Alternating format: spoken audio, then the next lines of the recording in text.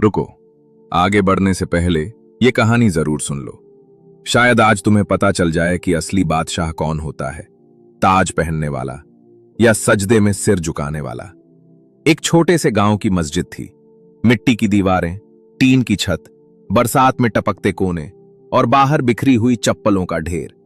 कोई आलीशान गेट नहीं, कोई संगमरमर नहीं, लेकिन अंदर ऐसा सुकून था जो बड़े बड़े महलों में भी नहीं मिलता। उसी गांव में रहता था हामिद। पेशा रिक्शा चलाना, कपड़े सादे, जेब अक्सर खाली, मगर दिल ऐसा रोशन कि जैसे उसमें ईमान का चिराग हर वक्त जलता रहता हो। दिन भर धूप में पसीना बहाता, रात को थका हुआ लौटता, मगर फज्र की अजान से पहले मस्जिद में मौजूद मिलता। जब वो कुरान की तिलावत करता तो आवाज में ऐसी मिठास होती कि सुनने वाले अपने गुनाह याद करके रो पड़ते।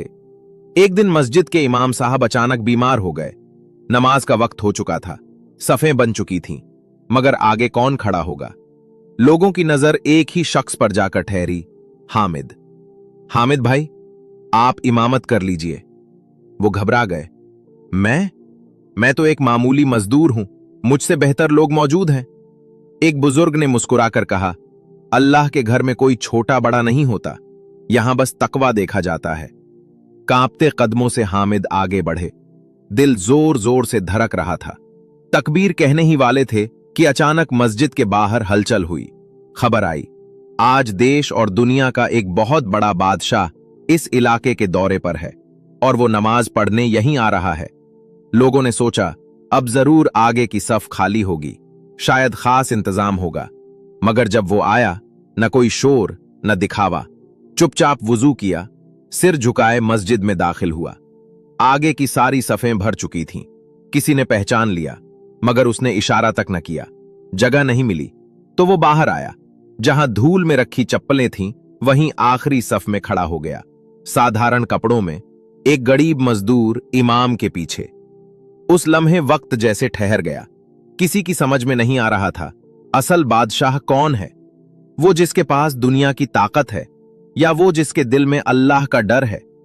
हामिद ने अल्लाहू अकबर कहा और सारी दुनिया की हैसियत उस एक सजदे में मिट गई।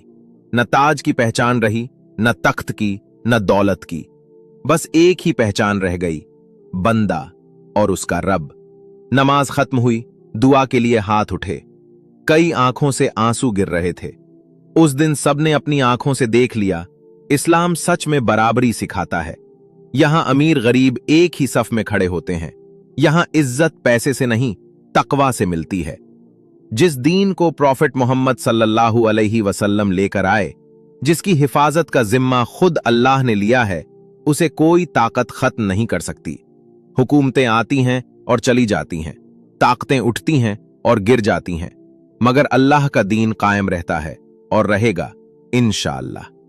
अगर आज की इस कहानी ने आपके दिल को छू लिया हो, अगर आपने भी महसूस किया हो कि असली बादशाह वो है जो सजदे में झुकता है, तो इस पैगाम को आगे जरूर पहुंचाइए। बराई मेहरबानी हमारे चैनल को सब्सक्राइब कर दें प्लीज। वीडियो को लाइक कीजिए, हमारे चैनल को सब्सक्राइब कीजिए और दुआओं में याद रखिए।